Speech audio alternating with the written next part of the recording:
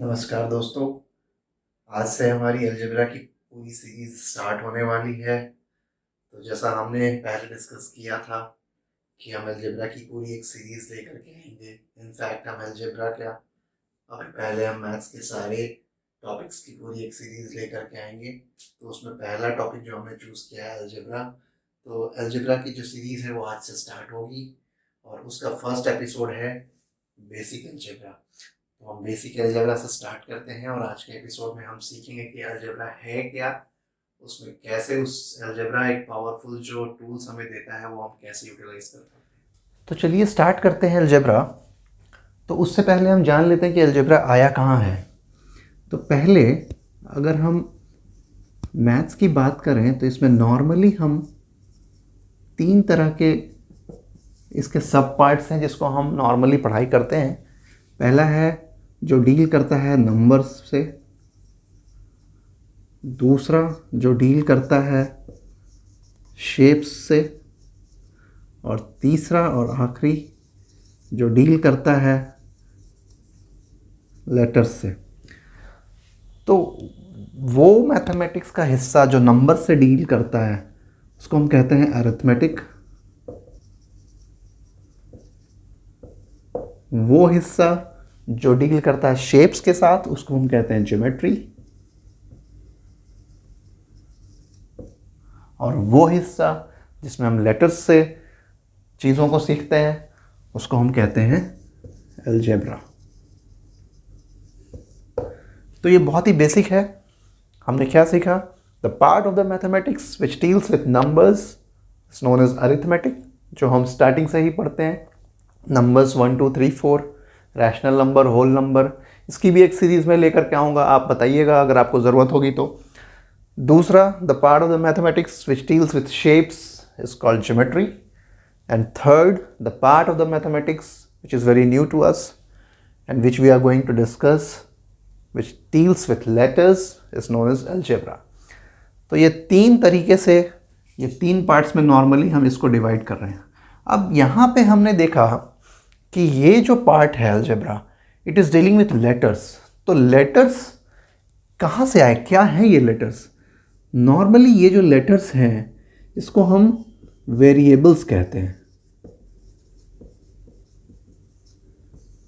Why these are called variables? Because their value varies. इसका क्या मतलब है वैल्यू वेरीज? कि ये जो वेरिएबल्स हैं it's value is not fixed. जैसे हम किसी नंबर की अगर बात करें और हम कहें एक नंबर है 5 या 7 9, any number, its value is fixed, it is 7, it is 9, it is 5. But when we are talking about variables, it does not have a fixed value. Let's say a, x, y, any letter of your choice. ऐसा नहीं कि हम उसको x से ही denote करेंगे या y से ही denote करेंगे या a से ही डिनोट करेंगे, ऐसा कुछ नहीं है।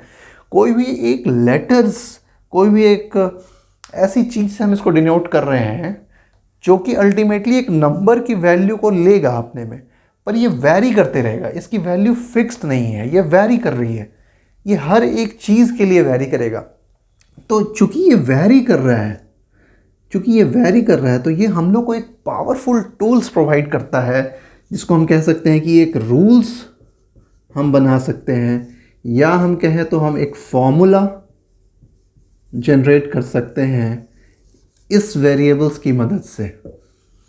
तो एक रूल्स या एक फॉर्मूला जब हम जनरेट कर पाएंगे एक वेरिएबल्स की मदद से, जो कि डिफरेंट वैल्यूज़ को ले सकता है, और उसके बाद जो वो वेरिएबल हम देखेंगे कि कितना पावरफुल हमारे लिए टूल्स बना सकता है, कि हम जब नंबर्स को जनरेट करके नंबर्स को लिख पाने की वजह से हम एक चीज़ से उसको रिप्रेजेंट कर लें और वो हमारे सारे प्रॉब्लम्स को इकट्ठा सॉल्व कर लेगा। तो फ्रेंड्स, इसमें हमने देखा कि ये जो वैल्यूज़ है ये चूँकि फिक्स नहीं है, कुछ भी वैल्यू ले सकता है, लेकिन ये अल्टीमेटली रिप्रेजेंट किसको कर रहा है?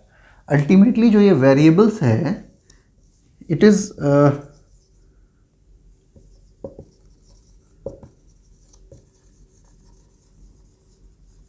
ultimately representing a number. So since it is representing a number, all the operations which we perform on a number, we can perform on a variable also. इसमें ऐसा नहीं है कि हम इसमें ये जो वेरिएबल है x y z a b c, इसमें हम वो मैथमेटिकल ऑपरेशंस नहीं परफॉर्म कर पाएंगे। इसमें हम वो सारे मैथमेटिकल ऑपरेशंस परफॉर्म कर पाएंगे। कौन से ऑपरेशंस की हम बात कर रहे हैं? जैसे addition, subtraction, multiplication, division, any mathematical operation.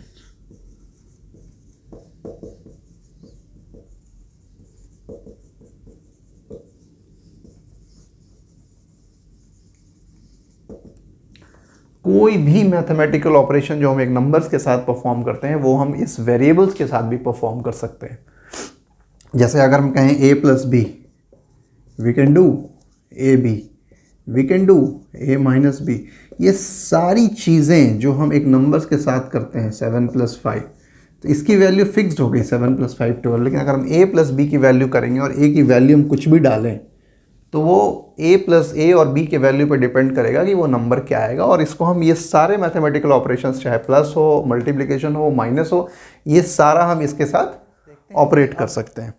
जो हम अभी तक ये जान पाए हैं कि हम सारे मैथमेटिकल ऑपरेशंस एक वेरिएबल के साथ कर पाते हैं और वो वेरिएबल्स कितना इंपॉर्टेंस रखता है, हम कैसे उसके साथ एक फार्मूला और या एक रूल कैसे जनरेट कर पाएंगे और वो कैसे हमारे लिए हेल्पफुल होगा, एक एग्जांपल से समझते हैं।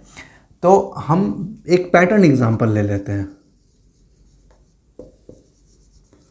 पैटर्न एग्जांपल का मतलब है कि हम लेट्स से एक पैटर्न बनाना चाहते हैं, कोई भी एक पैटर्न। जैसे अगर हम एक एल पैटर्न बनाना चाहते हैं,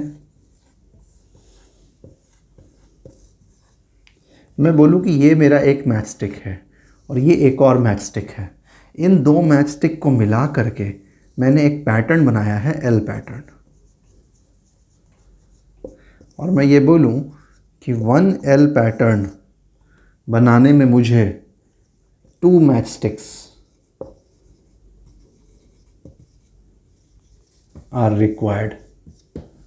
सिमिलरली अब मैं बोलूं कि एक और मुझे पैटर्न बनाना पड़ा, एक दूसरा पैटर्न बनाने में मुझे टोटल 4 मैच स्टिक्स का रिक्वायरमेंट होगा। 1 2 3 4 3 पैटर्न्स अगर मुझे बनाने हैं तो वी रिक्वायर 6 मैच स्टिक्स। तो क्लोजली अगर मैं इस चीज़ को रिप्रेजेंट करना चाहूँ या क्लोजली अगर मैं इसको ऑब्जर्व करूँ तो मैं क्या देख पाऊँगा कि अगर मुझे एक n पैटर्न्स बनाना हो तो मुझे 2n मैच स्टिक्स चाहिए। तो अगर मुझसे कोई पूछे कि मुझे ऐसा 100 पैटर्न्स बनाने हैं तो मुझे 100 टाइम्स इसको बना करके फिर देखूं कि कितने मैच स्टिक्स लगा है, ज़रूरत नहीं है। मैं डायरेक्टली बोलूँगा कि अगर मुझे 100 पैटर्न्स चाहिए तो मुझे 2 × 100 = 200 मैच स्टिक्स चाहिए। तो अल्टीमेटली मैंने देखा कि ये जो एक वेरिएबल जिसको मैंने इंट्रोड्यूस किया, जिसकी वैल्यू फिक्स नहीं थी, 1 भी था, 2 भी था, 3 भी था। अगर कोई मुझसे 3 के बारे में पूछे तो वो 6 आ जाएगा, 4 के बारे में पूछे तो 8 आ जाएगा। तो हमने ये जो एक टूल्स निकाल लिया कि for n pattern we require 2n match sticks. तो ये एक टूल, ये एक रूल हमारे लिए कितना यूज़फुल हुआ कि हम कितना भी बड़ा नंबर हो उसको हम इससे रिप्रेजेंट करके डायरेक्टली ये निकाल सकते हैं। इसी तरह से यदि आपसे कोई एक दूसरा पैटर्न के बारे में बात करें, लेट्स से अगर हम एक दूसरा पैटर्न बनाना चाह रहे हैं, सी पैटर्न। एक सी पैटर्न के लिए मुझे 3 स्टिक्स चाहिए। सिमिलरली यदि मैं एक और पैटर्न ये बनाना चाहूँ, 2 सी पैटर्न्स के लिए 6 स्टिक्स चाहिए। सिमिलरली अगर मैं इसको बढ़ाते रहूं और मैं ये देखूं कि अगर मुझे m सी पैटर्न्स चाहिए तो मुझे कितने चाहिए, 3m स्टिक्स चाहिए।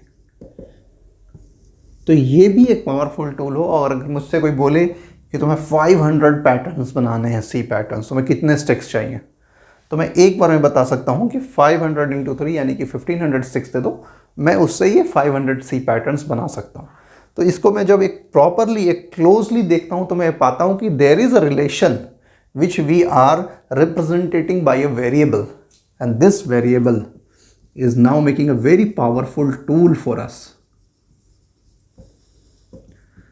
जिससे हमने एक रूल जनरेट किया और मैंने ये बताया कि कितना भी बड़ा नंबर मुझे दे दो, मैं ये कितने पैटर्न्स चाहिए मैं एक बार में बता पाऊंगा।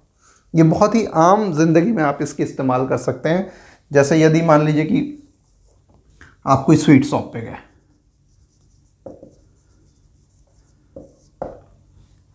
आपके 2 फ्रेंड्स भी आए, आप 3 लोग ए बी सी लेट से, तीनों को स्वीट शॉप में गए और तीनों को स्वीट्स खरीदने हैं। अब आपको दुकानदार ने बोला कि मेरा जो स्वीट्स है वो 5 रुपए का है एक स्वीट। तो बोलेगा A will say how much should I give you, कितने पैसे दूं, मुझे ये स्वीट्स चाहिए। बी बोलेगा कितने दूं, सी बोलेगा कितने दूं। ऐसे नहीं बता सकते, it depends upon the number of sweets which you take. तो ये बोलेंगे कि if you want to have 4 sweets give me 20। ये बोलेगा कि अगर मुझे 3 स्वीट्स चाहिए then he has to give 15 rupees to the shopkeeper.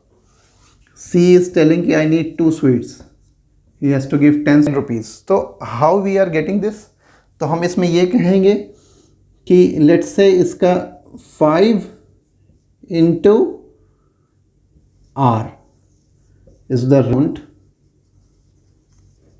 which we need to give to the shopkeeper.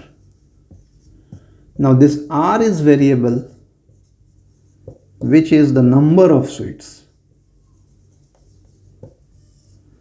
तो अगर 5 चाहिए 25 रुपए दो, 10 चाहिए 50 रुपए दो। तो ये हमने एक जो रूल बना लिया 5R, जिसमें R is a variable, it depends upon the number of sweets which A, B or C or any other person want. मुझे 10 चाहिए तो मैं तो बता सकूँ मुझे इतना चाहिए।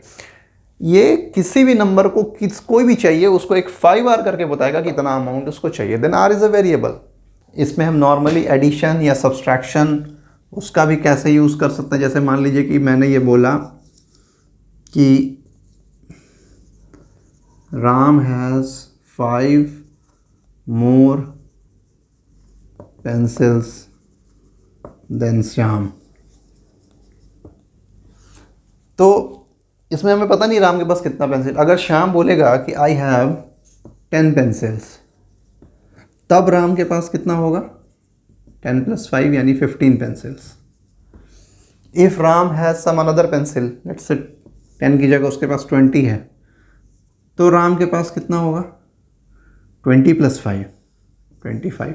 सो it depends upon the number of pencils which Shyam has. तो इसमें हम अगर ये कहें कि let Shyam has X pencils, then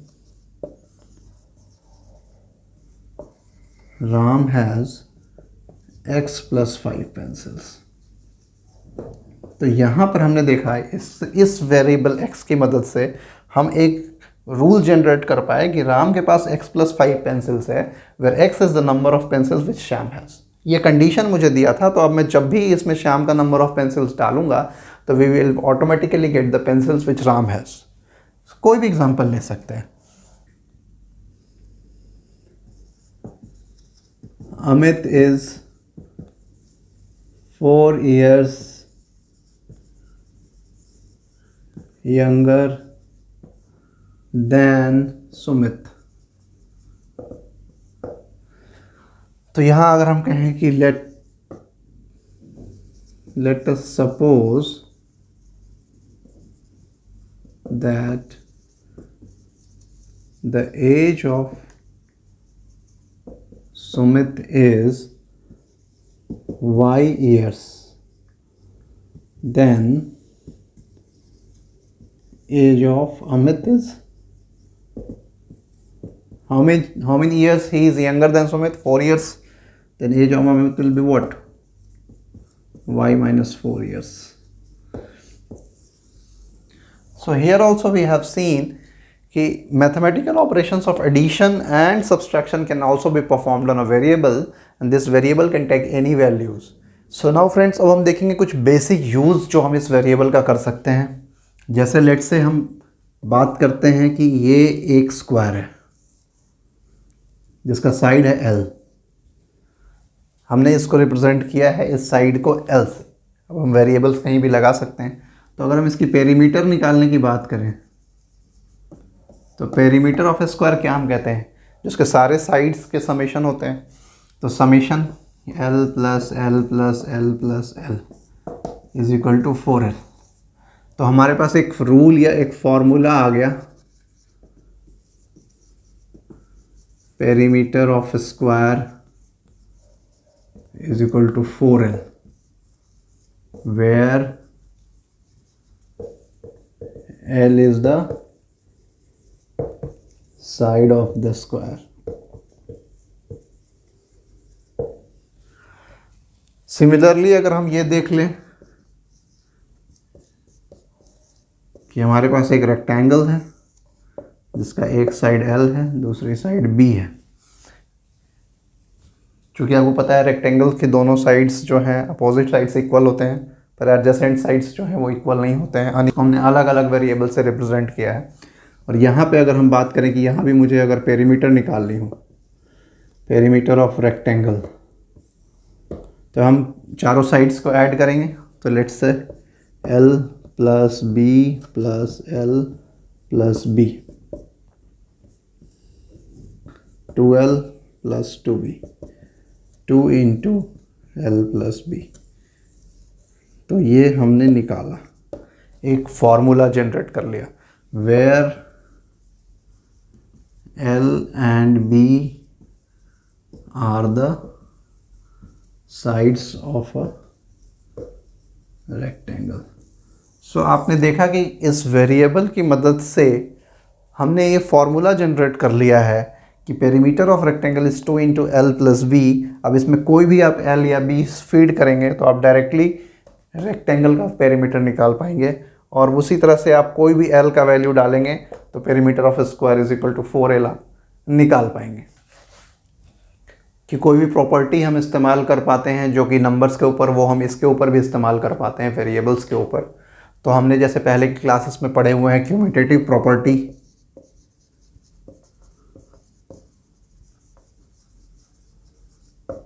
क्यूमुटेटिव property of addition और या मल्टीप्लिकेशन. ये दोनों यहाँ पे ईज़िली इस्तेमाल हो जाते हैं. जैसे अगर मैं कहूँ कि जैसे 4 plus 5 is equal to 5 plus 4, what does it mean? कि अगर इनके जगह पे मैं कोई वेरिएबल्स लेकर के रखूँ और मैं कहूँ कि a plus B is equal to b plus a, तो it is equally valid. Commutative property of addition. उसी तरह से क्यूमुटेटिव प्रॉपर्टी ऑफ मल्टीप्लिकेशन, अगर मैं कहूँ 9 into 7 is equal to 7 into 9, तो उसी तरह से a into b is equal to b into a, it is equally valid. ये दोनों प्रॉपर्टी, चाहे डिस्ट्रीब्यूटिव प्रॉपर्टी की बात करें,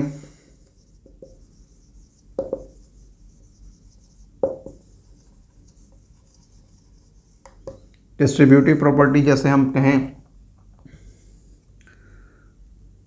5 into 7 plus 2 is equal to 5 into 7 plus 5 into 2, ऐसे भी अगर आप निकालें, और 5 into 7 plus 2 9 is equal to 35 plus 10 और 45 इक्वल टू 45.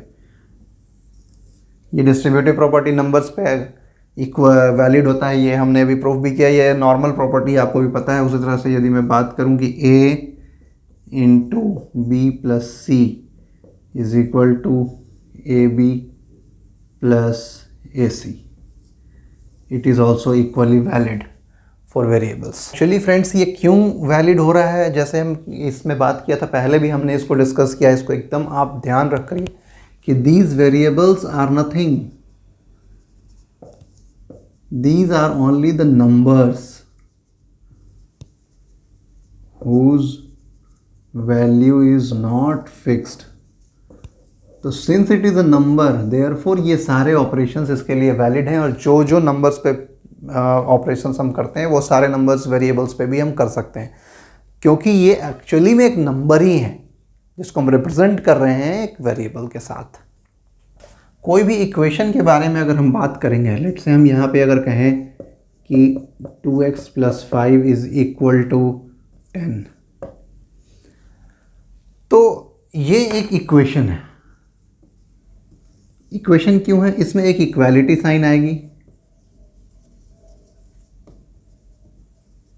और इक्वालिटी साइन के दोनों साइड्स में कुछ वैल्यूज़ होंगी। इस वाले साइड को हम कहते हैं LHS, और इस वाले साइड को हम कहते हैं RHS।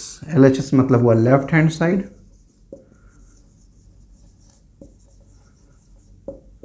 ऑफ इक्वेशन जो छुपा हुआ है, इसको हम कहते हैं right hand side of equation या ऑफ इक्वालिटी। तो एक इक्वालिटी साइन आएगा इसमें, और उसके दोनों साइड में कुछ वैल्यूज़ होंगे, और फिर हम उसको सॉल्व करके निकालेंगे कि हम कौन सा वेरिएबल का वैल्यू ऐसा डालें जिसके लिए ये सेटिस्फाई होगा।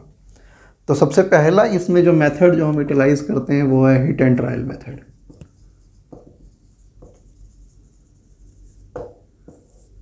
आगे देखेंगे कि ये सारे मेथड्स जो हैं वो नॉर्मली यूटिलाइज नहीं करते हैं, पर अभी हम चूँकि बेसिक्स सीख रहे हैं, स्टार्ट कैसे करें हमें कुछ पता नहीं है, तो हम इसमें एक वैल्यू पुट करते जाएंगे और फिर हम देखेंगे कि कौन से वैल्यू के लिए ये सेटिस्फाई कर रहा है।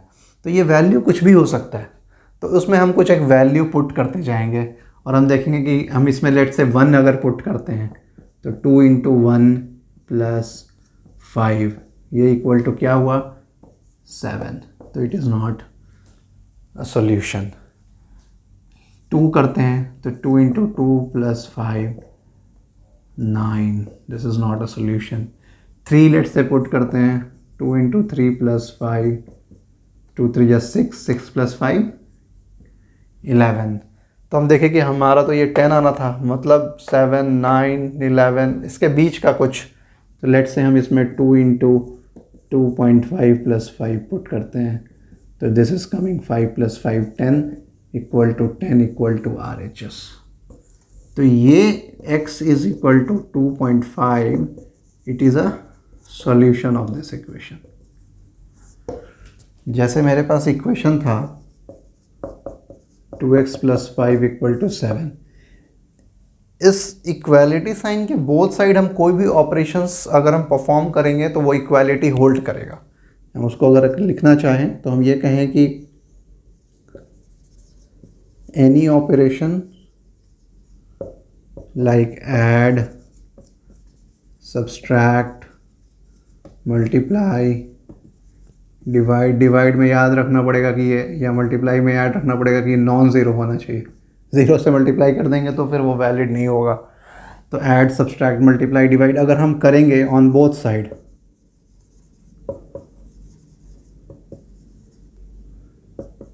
ऑफ द इक्वेशन,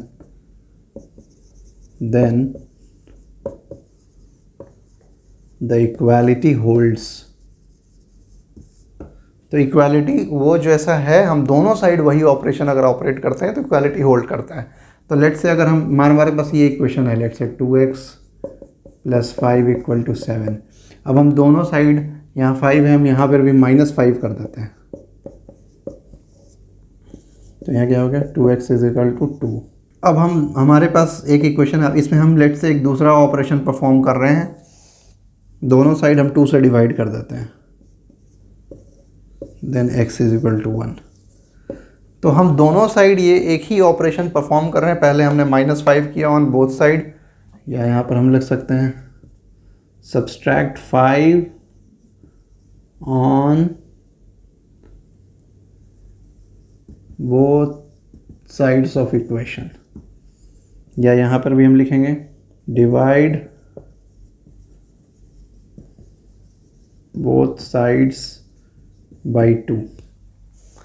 तो हम एक ही चीज़ को दोनों साइड कर रहे हैं, इक्वालिटी होल्ड करके हम finally x is equal to 1 derive कर पाए। नेक्स्ट मेथड अभी जो है हमारा उसमें पढ़ेंगे वो होता है ट्रांसपोज मेथड,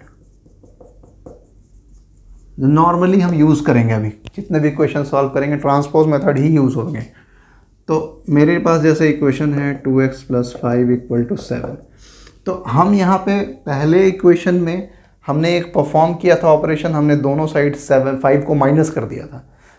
वो चीज़ अगर हम यहाँ देखें तो यहाँ से हम उसको RHS में लेके जाएंगे, और इधर जब भी जाता है एक इक्वालिटी साइन के एक साइड से दूसरे साइड में, तो इसकी जो साइन है चेंज हो जाएगा while transposing. So we can transpose here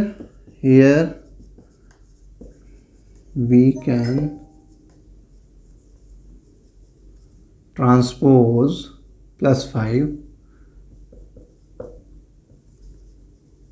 from LHS to RHS.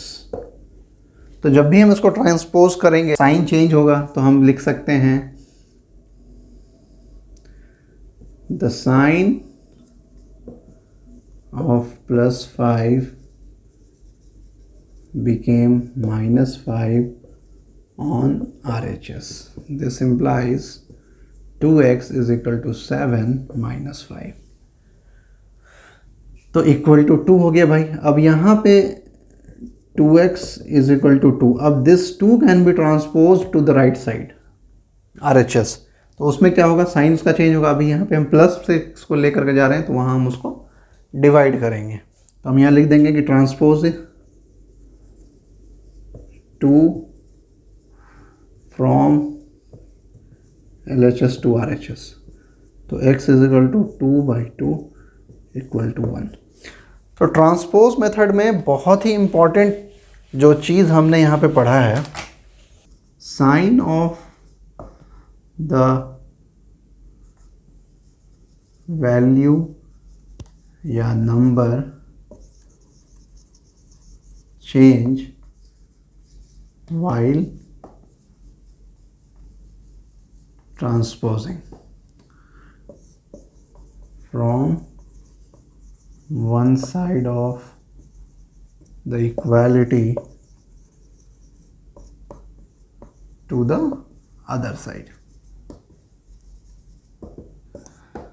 तो साइन को चेंज करके हम उसको ट्रांसपोज कर सकते हैं, और ट्रांसपोज करके हम उसका इक्वेशन सॉल्व कर सकते हैं। तो फ्रेंड्स, हम एक बार सम अप कर लें कि आज के इस एपिसोड में हमने क्या क्या नॉर्मली सीखा है। तो सबसे पहली चीज़ जो हमने सीखी है आज, कि जो अलजेब्रा है it is maths dealing with letters, और जो ये लेटर्स हैं these are called variables.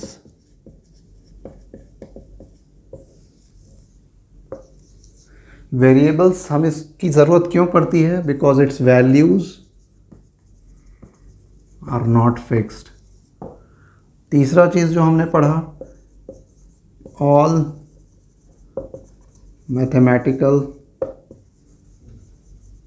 Operations can be performed on these variables. चौथा जो हमने पढ़ा कि all the rules जैसे commutative property या distributive property, a plus b is equal to b plus a b is equal to ba, a into b plus c is equal to ab plus ac, ये सारा valid है। पांचवा चीज़ हमने जो पढ़ा आज, वो इक्वेशन जिसमें एक इक्वालिटी साइन होगा, एक RHS होगा, एक LHS होगा। कुछ भी हम कह सकते हैं, 2x + 5 = 9। ये इक्वेशन है, और इस इक्वेशन को सॉल्व करने के लिए जो x का वैल्यू होगा, वैल्यू ऑफ वेरिएबल, इसका सॉल्यूशन कहलाएगा। सातवीं चीज़ हमने देखा कि सॉल्यूशन फाइंड करने का तरीका क्या है। नॉर्मली हम hit and trial method use करते हैं,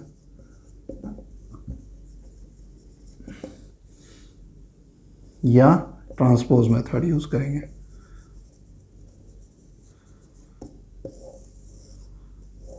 जिससे हम इक्वेशन सॉल्व कर पाएंगे।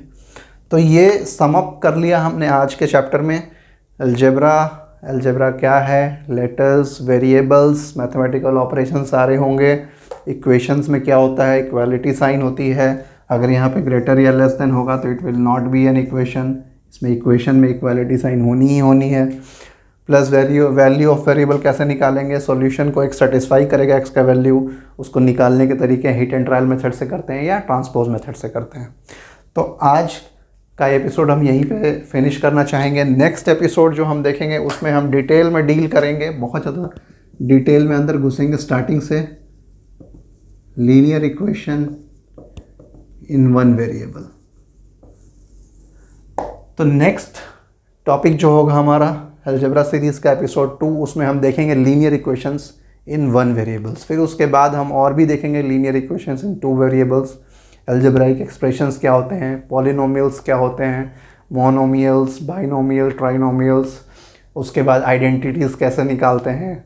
फिर इक्वेशंस में हम क्वाड्रेटिक इक्वेशंस, सारी चीज़ें कवर करेंगे। तो आज हम यहीं पे वाइंड अप करते हैं। नमस्कार।